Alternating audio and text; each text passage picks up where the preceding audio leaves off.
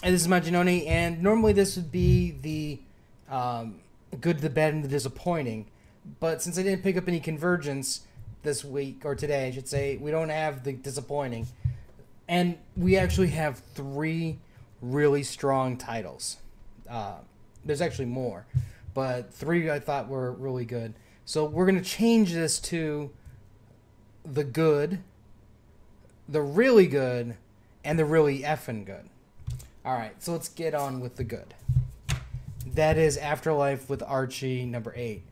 Basically, what's going on here is uh, the survivors from Riverdale, Archie, his mom, Betty, Veronica, Reggie, and the gang, they basically are on the run from the zombies.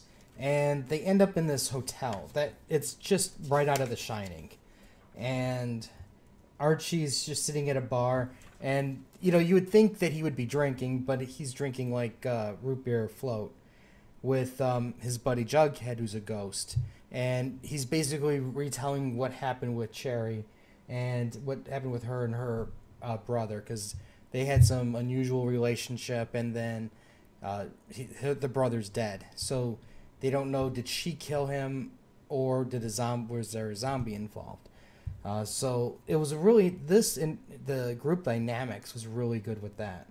Now, going further into the story, you see ghosts appearing, and they give you another, like, is this a real story, or is this like a grandmother who drank too much type thing story? And it gives you more of the deep, dark secrets that are going on in Riverdale, pertaining to the witches. And this was just a really stellar read. The art is fantastic, especially with the way they do the coloring. Like, for an example, with Archie, because there's not a lot of detail at times, and because the way they play the colors, the fact that Archie's got the bright orangish reddish hair, his mom's got the same color hair, you can kind of immediately pick them out of a crowd. And it's just, I think overall this is just like a really, really strong read. The cover is also really good, and it's just I thought I'd never enjoy Archie as much as I'm enjoying this, but this is really, really a strong title. And I like how they're just doing this slowly and not like rushing it like other companies would do, and they're putting a lot of time and care into it. So this was my good book of the week. My really good book of the week is Secret Wars. Now, you can definitely tell there's a difference between DC flubbing out Convergence is in a huge mess, and Marvel carefully planning out Secret Wars. Now, you can argue, well, I don't read the Avengers, so I really don't know what's going on. But with so much press that Marvel's been doing about Secret Wars, and how it's plastered everywhere that the universes are colliding, and this is the end, I think you really have to be kind of not paying attention, and now it's your fault if you don't know what's going on. But this is basically the Ultimate Universe invading the 616, and this was just fantastic. It's double, like, you get more pages. The artwork is just fantastic. The fighting is really good between the two sides, and this was just a stellar book. I won't spoil it, but like this really isn't a spoiler because we know that this was coming anyways.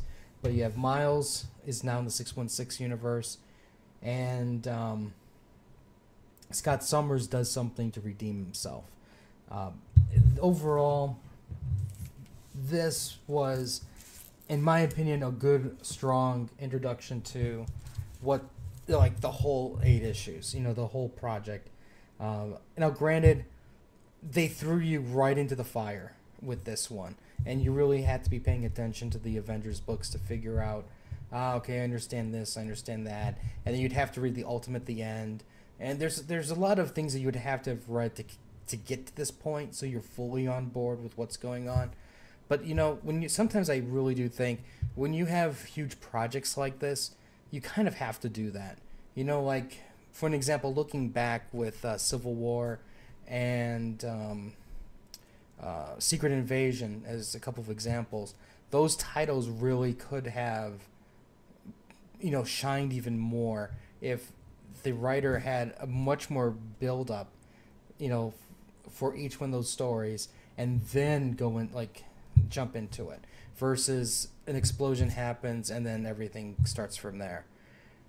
But overall, this really was a really good book of the week. And if, in all honesty, if I did have to do the good, the bad, and the disappointing, I would probably have to say Spider-Gwen was the book of the week.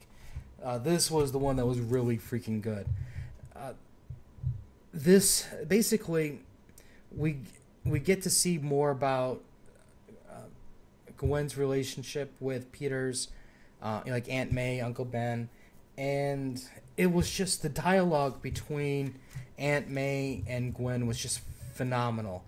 And basically what's going on is you see Peter had this hero worship going on with Spider-Woman, and when Peter died, Jameson used the Parkers to further his vendetta, so to speak, against Spider-Woman. So you had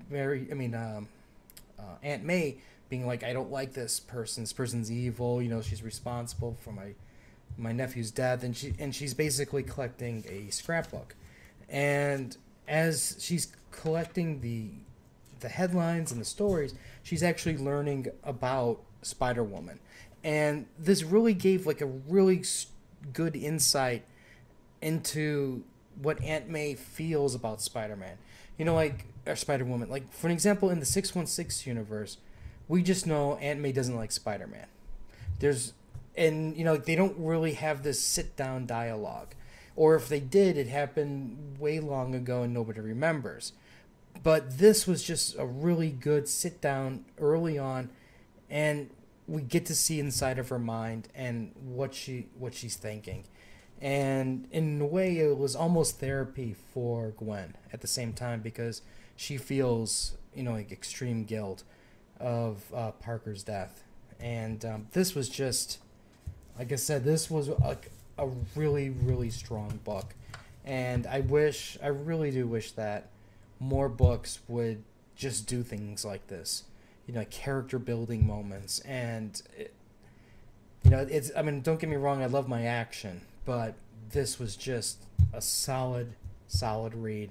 And I'm really, really happy I picked up Spider-Gwen, because this is definitely shelf-worthy series so far. Anyways, this is my good, really good, and really effing good comics for the week. Let me know what you guys liked, what you didn't like, what was your good, your bad, or what was your really effing good. Share. I do the podcast with Cons, Freaks, and Geeks, so there's a link down below, and we'll have more stuff later. So until next time.